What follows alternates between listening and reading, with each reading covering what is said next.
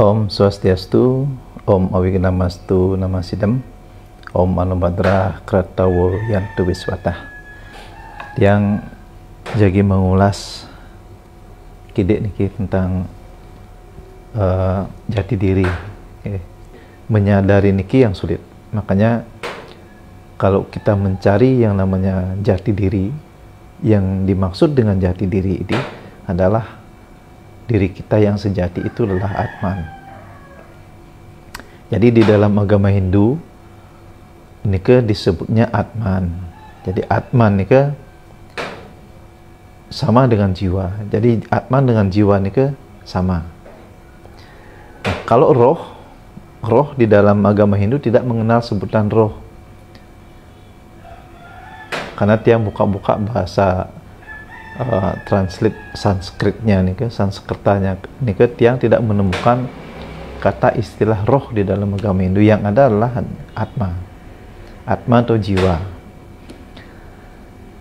Nah, niki pelan-pelan begitu. Kemudian,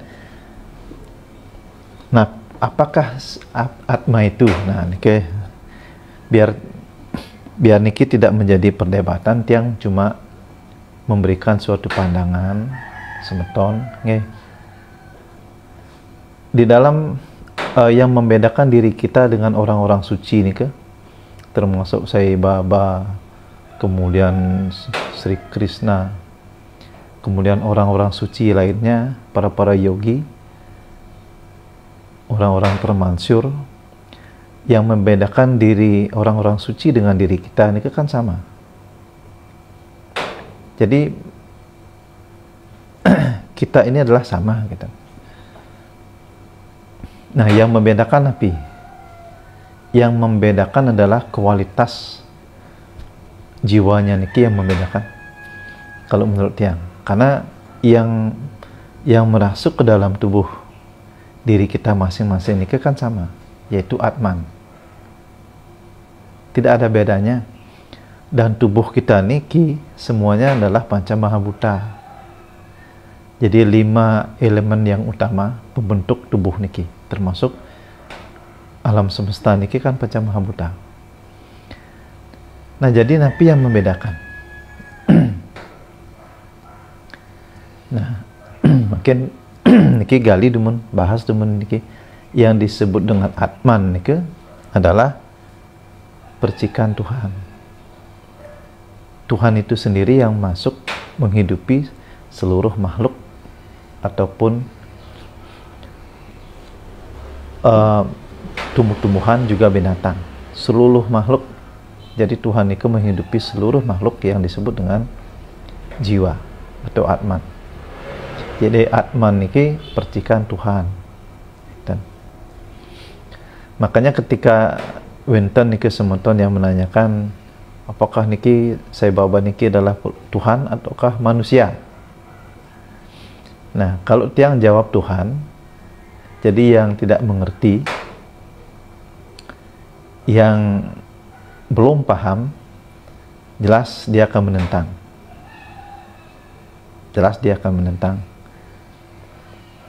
Maka dari itu tiang akan jelaskan sedikit demi sedikit.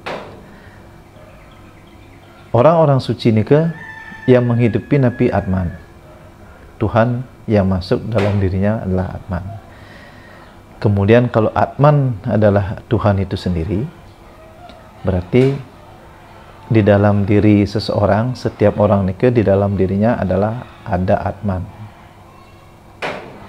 Nah, kalau Atman dan Tuhan tidak ada bedanya, berarti diri kita ini adalah juga perwujudan Tuhan. Baik orang suci lainnya, termasuk diri kita semua niki adalah perwujudan Tuhan. Karena Atman itu sendiri adalah Tuhan itu sendiri gitu.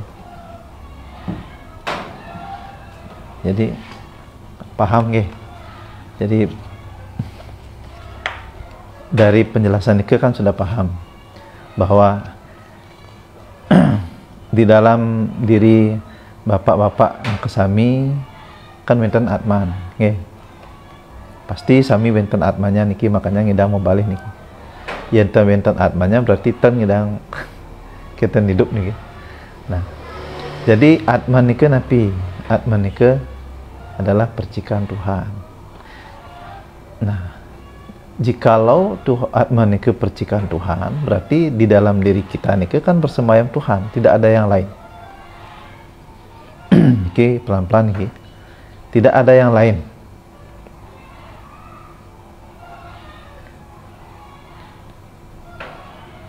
Maka di dalam sloka mengatakan Atman Brahman Aikyam. Jadi antara Atman dan Tuhan atau Brahman itu adalah menyatu, satu. Nah, nike kita nemun. Berarti di dalam diri kita nike juga bersemayam Tuhan itu sendiri.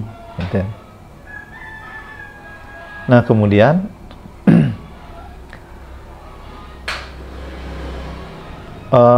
tidak salah kalau orang tua dulu mengatakan nike bahwa dewa nike ada di DWK. Jadi penyebutan Tuhan orang dulu nike disebut dewa. Jadi beberapa dewa yang bersemayam di sini nike artinya berarti di dalam tubuh kita nike ada Tuhan. Dan dengan kata lain berarti diri kita sendiri ini adalah perwujudan Tuhan. Dengan menggunakan media pembungkus adalah Panca Mahabhuta. Sedangkan Panca Mahabhuta itu adalah Tuhan itu sendiri. Nah, niki pelan-pelan niki. Makanya untuk betul-betul menyadari diri kita ini, mencari dan menemukan diri kita yang sejati. Ini dulu dari pembungkus hingga isinya di dalam niki harus kita pahami. Tidak ada yang lain bahwa semuanya ini adalah Tuhan sendiri, termasuk Panca Mahabhuta, termasuk inti dari kehidupan di dalam niki yang disebut dengan Atman niki adalah Tuhan itu sendiri. Gitu. Maka dari itu diri kita sendiri sebetulnya adalah Tuhan, perwujudan Tuhan. Cuman hanya sedikit dari kita yang bisa menyadari. Nah, itulah perbedaan kita dengan orang-orang suci yang sudah tercerahkan, termasuk Buddha. Kita sama niki, semua adalah perwujudan Tuhan. Makanya tadi wenten pertanyaan niki di Gada Hindu tiang jawab. Apakah saya Baba Tuhan? Tiang jawab Tuhan. Tapi tiang jelaskan sedikit-sedikit.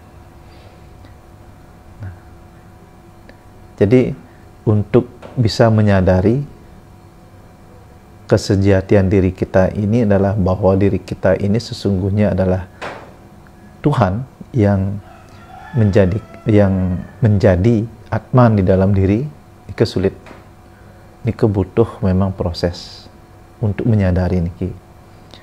Nah, kalau Sang Buddha Awatara yang turun itu sebetulnya sudah banyak sekali mengajarkan tentang bagaimana kita mencari Tuhan di dalam diri kita. Makanya di dalam lontar yang pernah baca di Ganapati Tattwa, itu bagus sekali. Dewanya manusia itu sebetulnya siapa? Jadi dewanya adalah Sang Hyang Atma. Jadi ketika kita mencari Tuhan ke sana kemari, kamu mai mencari Tuhan, kemudian kita melupakan Tuhan yang ada di sini, dewa yang ada di dalam diri kita, itu artinya kita sudah mengalami kekeliruan. Jadi dewanya manusia ini kita sudah lupakan. Sudah kita lupakan, maka Tuhan itu ada di sini, di dalam, Tuhan itu ada di luar. Makanya tidak salah kalau kita pun mencari Tuhan di pura sini, pura sana. Ini kan tidak salah. Karena untuk membangkitkan kesadaran ketuhanan kita yang ada di dalam, itu intinya. Dan untuk menyelaraskan energi-energi kita.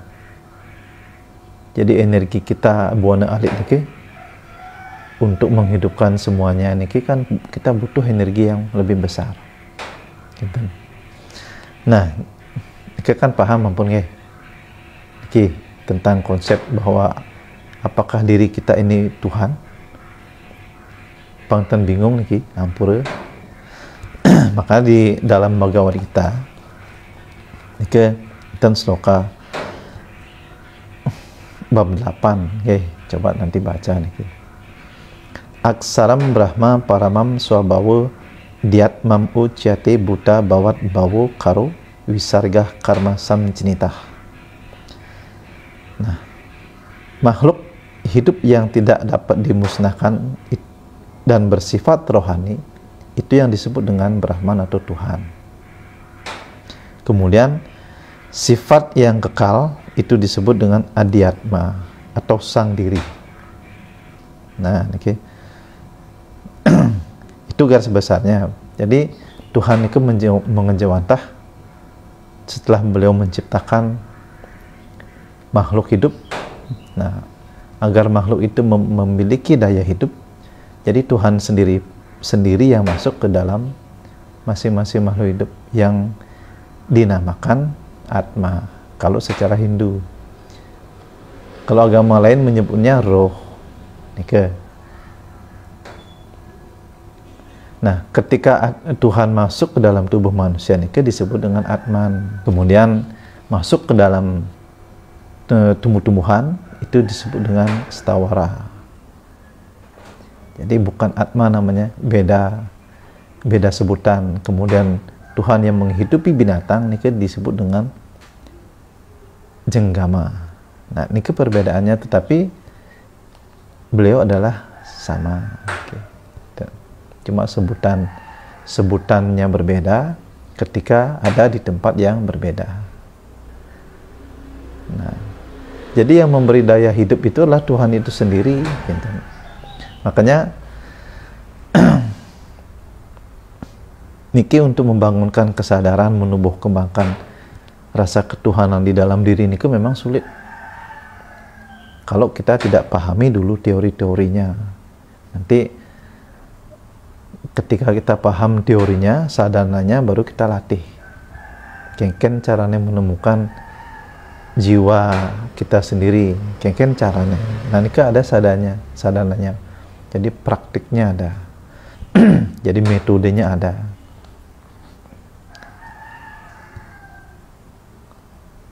Maka dari itu ada meditasi yang disebut dengan meditasi Atma Wicara. Bagaimana caranya kita untuk menyelidiki Atma kita sendiri? Bagaimana caranya berkomunikasi siapa diri kita yang sesungguhnya?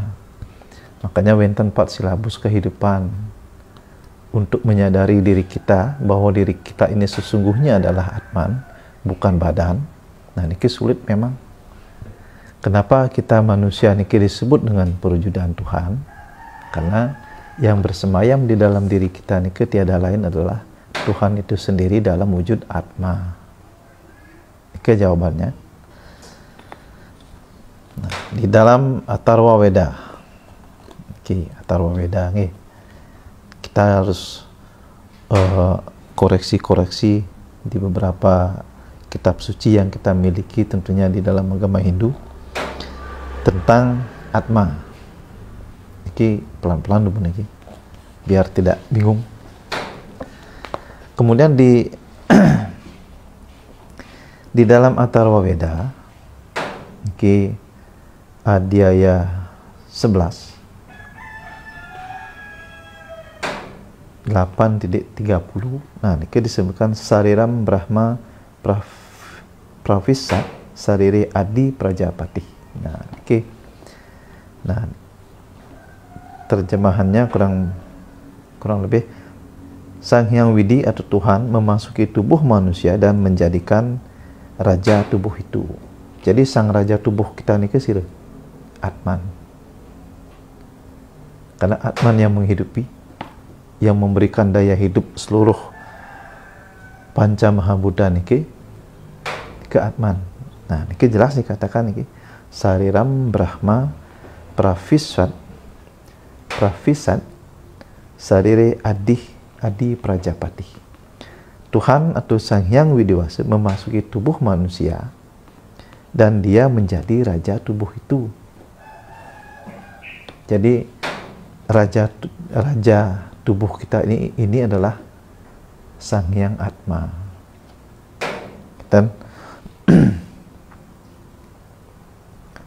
kemudian niki di mantra 23 niki masih di dalam Atharva Veda. Vidyascha wa avidyascha yatscha anyad upadesyam sariram brahma pravisad ricah sama atau yajuh. Nah, niki segala macam zat memasuki tubuh manusia seperti kebijaksanaan, pengetahuan, setiap pengetahuan yang harus diajarkan. Tuhan adalah makhluk yang teragung. Nah, okay.